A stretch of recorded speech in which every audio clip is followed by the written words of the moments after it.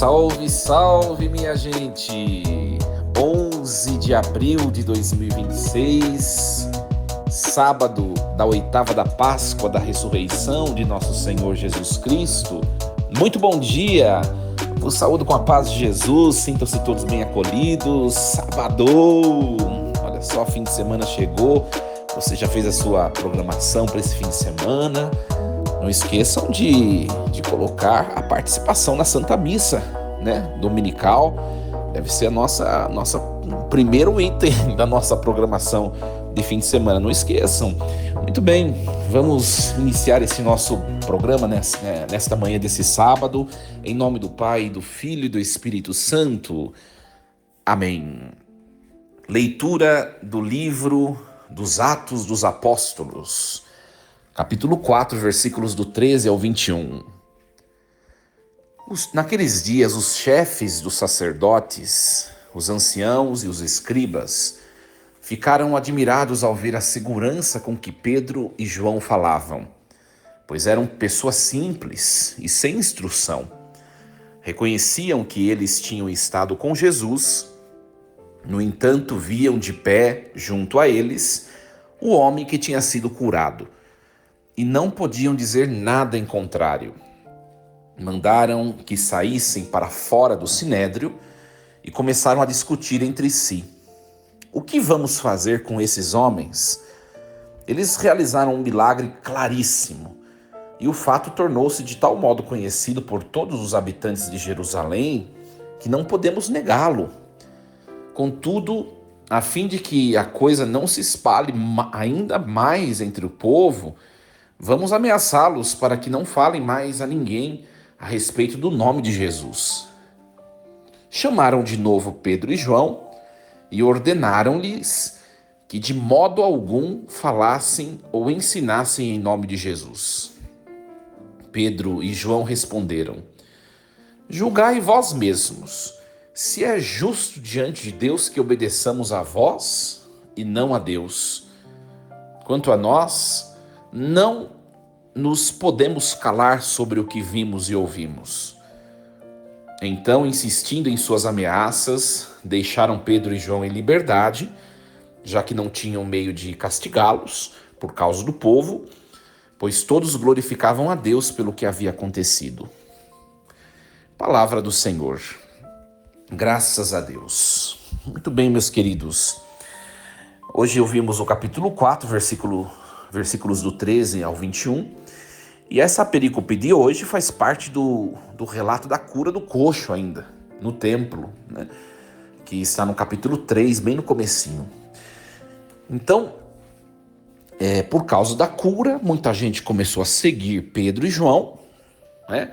Que pregavam o nome de Jesus, né? Eles foram levados, nós ouvimos ontem, na leitura de ontem, até o Sinédrio, que é o conselho, né? Do alto escalão judaico, né? E o Tribunal Supremo judaico. E aí vem a leitura de hoje, né? Os apóstolos, eles são questionados pelos líderes religiosos, né? O texto de hoje destaca, gente, a coragem apostólica, né? O reconhecimento da autoridade de Jesus e também a impossibilidade de silenciar a boa nova do Evangelho, mesmo sob ameaça, não é? Então, é um texto muito bonito. Olha só, começa o versículo 13. Naqueles dias, os chefes, os sacerdotes, os anciãos, os escribas ficaram admirados ao ver a segurança de Pedro e João e reconheceram que esses homens sem instrução, que eram homens sem instrução e nem cultura. Olha só. Então, os líderes do Sinédrio, gente, que eram os saduceus e os sumos sacerdotes, eles ficaram perplexos com a chamada, tem uma palavra grega que significa coragem ousada, né? Que é a palavra parresia. Eles ficaram perplexos com a parresia de Pedro e de João, né?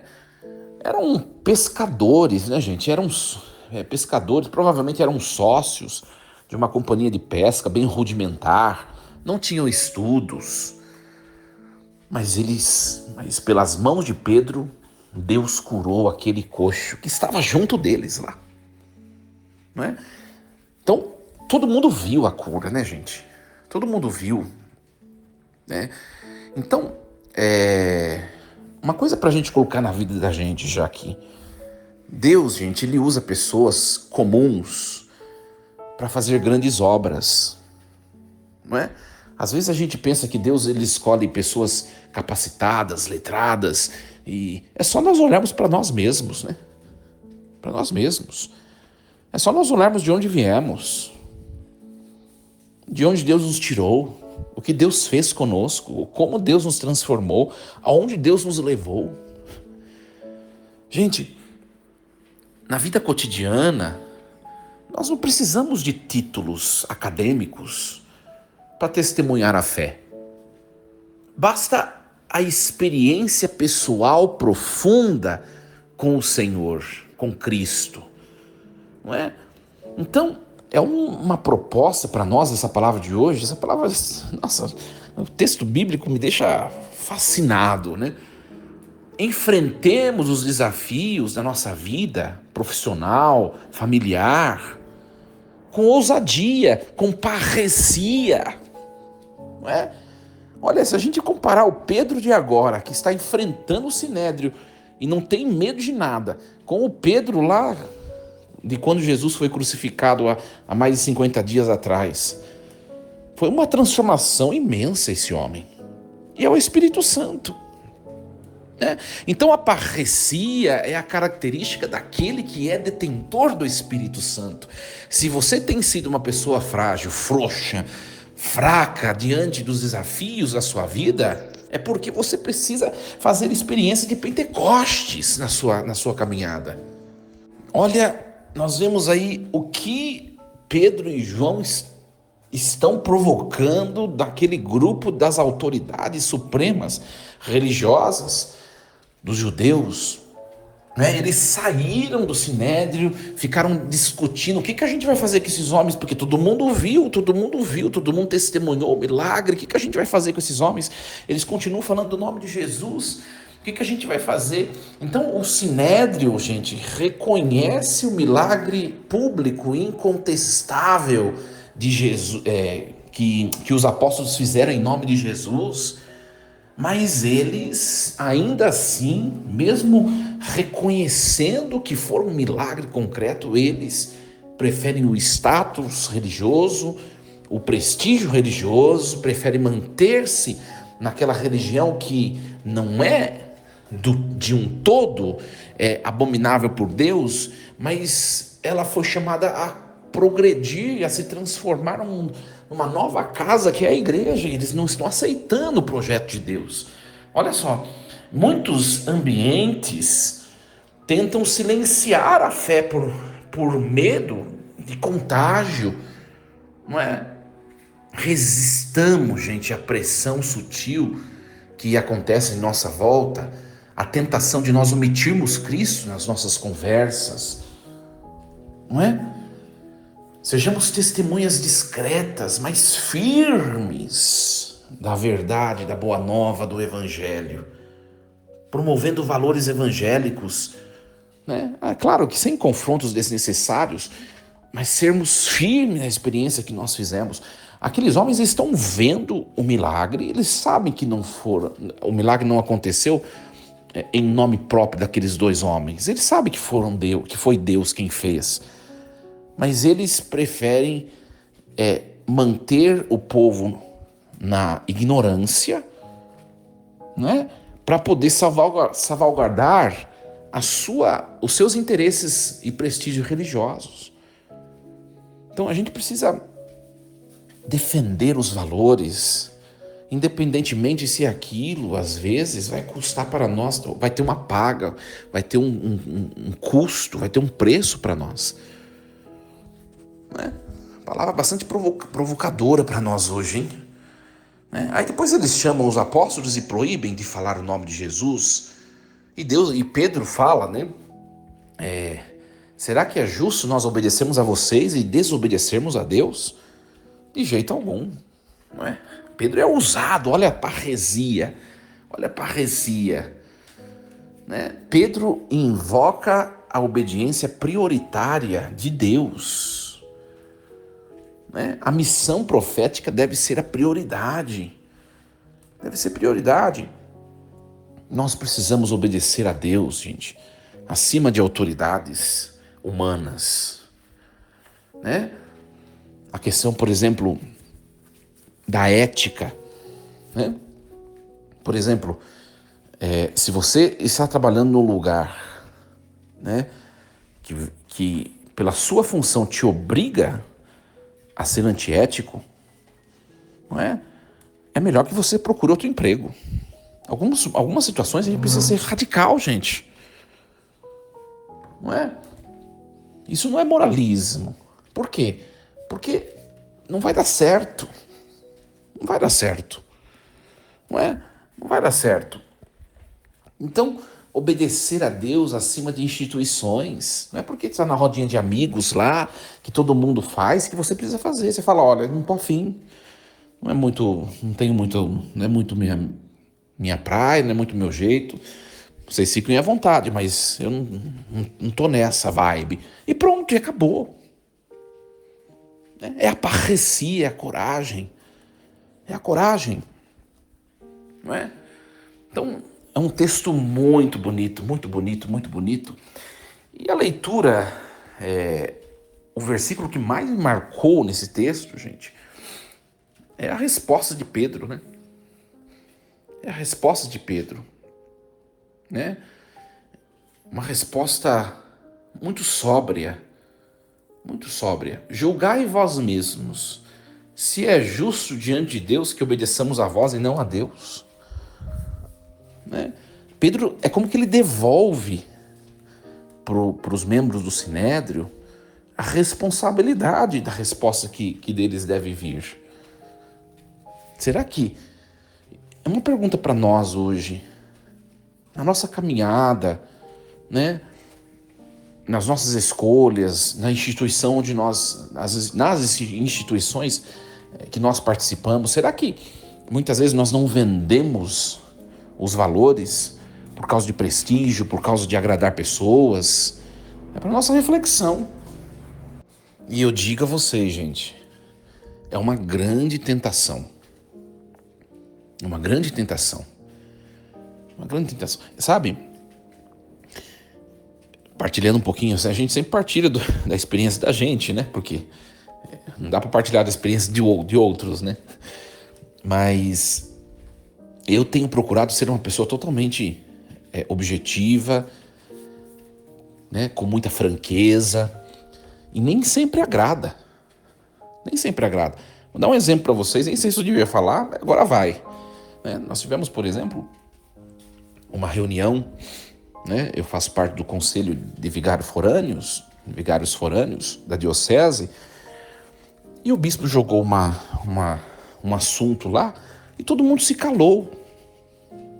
Eu não me calei, eu peguei e falei, olha, eu penso isso, minha opinião é X, Y, Z, tal, né? Todo mundo ficou meio assim, né? Surpreso, mas ninguém se posicionou. E tinha um monte de gente que compartilhava da mesma opinião, sabe, sobre o assunto. Ninguém se posicionou. A gente precisa ter um pouco de autenticidade, sabe, gente? É claro que uma hora ou outra isso vai custar, vai ter um preço. Mas a gente precisa ter franqueza. Nós precisamos ter claro diante de nós, né, os nossos valores, o que nós acreditamos, a partir, é evidente, da palavra de Deus. E às vezes vai custar. Claro, a gente está falando agora de outros exemplos. Por exemplo, você está numa empresa e a proposta é você fazer uma corrupção, e você vai ficar nas suas mãos de dizer sim ou não. E aí? Não é? Então, é o fato que está acontecendo aqui na passagem de hoje, né, que Pedro era aquele momento para Pedro dizer: nós vamos obedecer a Deus e não a vocês. É claro que se vocês se voltarem para a vontade de Deus, estamos juntos. Mas se vocês não estão, então nós não vamos obedecer. Pedro em nenhum momento ele mentiu, gente. Nós percebemos que o Sinédrio soltou os dois contra a vontade, porque se deixassem os dois presos, ia causar uma revolta, porque as pessoas viram o milagre que os dois fizeram, as pessoas viram que o Sinédrio prendeu Pedro e João porque eles fizeram um milagre. Você acha? Não tem cabimento prender alguém porque fez o bem. Ia haver uma revolta se eles continuassem presos. Ia haver uma revolta. Inclusive, as pessoas que conheciam aquele coxo, todo mundo viu. Ia haver uma revolta. Ia haver uma revolta. Então eles soltaram, né? Mas Pedro, não é porque eles soltaram, Pedro ele não mediu o seu prestígio, os seus interesses. Pedro podia falar: tá bom, a gente vai evitar de falar de Jesus. Pedro podia ter falado assim para poder ser solto, de maneira muito mais fácil. Mas não. Às vezes, gente, a gente tem que enfrentar algumas coisas para salvaguardar a verdade que nós defendemos, que nós acreditamos. Então, que essa palavra de hoje nos ajude, né, a ter autenticidade. Claro que também a hombridade de refletir, de mudar de opinião quando necessário. Não tinha pensado desse jeito, vamos pensar um pouco melhor, vamos refletir, né? Enfim, que Deus nos ajude. Por isso que é importante sempre, eu sempre falo, nós precisamos o tempo todo invocar de Deus o dom do Espírito Santo, o dom da sabedoria. O dom da sabedoria é estar em Deus em toda e qualquer circunstância. Se falar, falar em Deus. Ouvir, ouvir em Deus. Agir, se mover, né? Fazer tudo em nome de Deus, por Deus e nele. Isso é ter o dom da sabedoria. É muito nobre isso, muito nobre. Porque também nós, às vezes, gente, o que nós defendemos é fruto das nossas paixões interiores. Muitas vezes o que defendemos é fruto dos nossos interesses pessoais, né? Às vezes das nossas hipocrisias. Então tem que tomar cuidado. Tem que tomar cuidado. Purificar o pensar, né? Não ser tendencioso nem um lado nem outro, né? Mas fazer a vontade de Deus é o que os apóstolos estão desejando. Nós queremos pregar a verdade, aquilo que nós experimentamos, e nós temos convicção que é a verdade, e vocês não vão nos segurar. Vocês não vão nos segurar. O Pedro covarde já ficou para trás.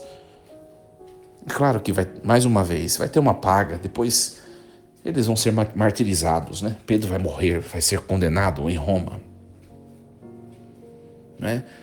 Então, hoje peçamos ao Senhor: Senhor, nos dê a parresia, o dom da ousadia, o dom da franqueza, o dom da objetividade, da sinceridade, no momento certo.